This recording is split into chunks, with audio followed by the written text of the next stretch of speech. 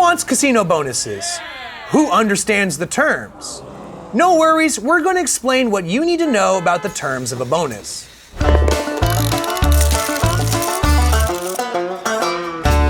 Let's start with the best part. How much bonus money can you get? The answer is, it depends. Each casino offers different amounts, and there's multiple types of bonuses, including match deposit bonuses, no deposit bonuses, free spins, and so much more. But don't get overwhelmed. You can find the right bonuses for you at our site, AmericanCasinoGuide.com. Next up is the wagering requirement. Don't worry, it's simpler than you might think. The wagering requirement tells you how much you need to bet before you can redeem the money won with the bonus.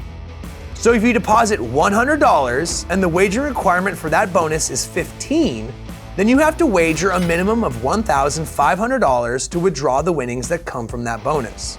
Nothing lasts forever, not even bonuses. That's why the next factor you need to check is the bonus's expiration date. An expired bonus is of no use to anybody. So check the expiration date in the fine print and be sure to play through your bonus money on time. Next important topic we're going to cover here is game restrictions. Usually, bonus money can be used in almost any game.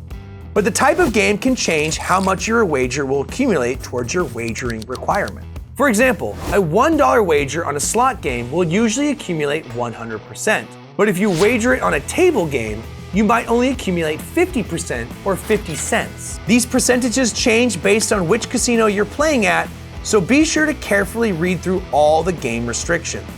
The final part of the bonus terms we want to cover is the minimum deposit. Most of the time, this is set to a low amount, such as $10 or $20. But if the minimum deposit is much higher than that, you might want to rethink opting in. Now you're ready to take full advantage of casino bonuses. To keep learning how to optimize your gameplay, don't forget to subscribe to our channel and visit our site, AmericanCasinoGuide.com.